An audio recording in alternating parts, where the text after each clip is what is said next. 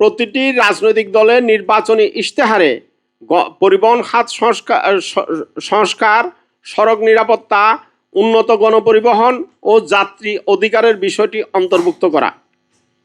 2 number, নির্বাচনী এলাকায় অধিবাসীদের সড়ক নিরাপত্তা এবং নিরাপদ যাতায়াতের ভোগান্তি লাঘবের বিষয়টি প্রতিটি নির্বাচনী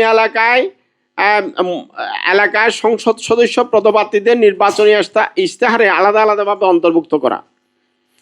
3 নম্বর, সড়ক নিরাপত্তায় বাজেট বরাদ্দ বাড়ানো, সড়ক পরিবহন মন্ত্রণালয়ে সড়ক নিরাপত্তা উইং চালু করা।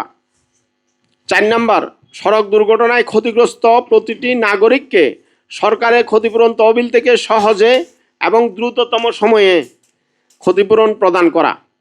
5, বিআরটিএ অনুমোদিত ড্রাইভিং স্কুলে সরকার ঘোষিত 60 ঘন্টার ইনক্লুসিভ ড্রাইভিং প্রশিক্ষণ প্রদান ছাড়া ড্রাইভিং লাইসেন্স প্রদান বন্ধ রাখা।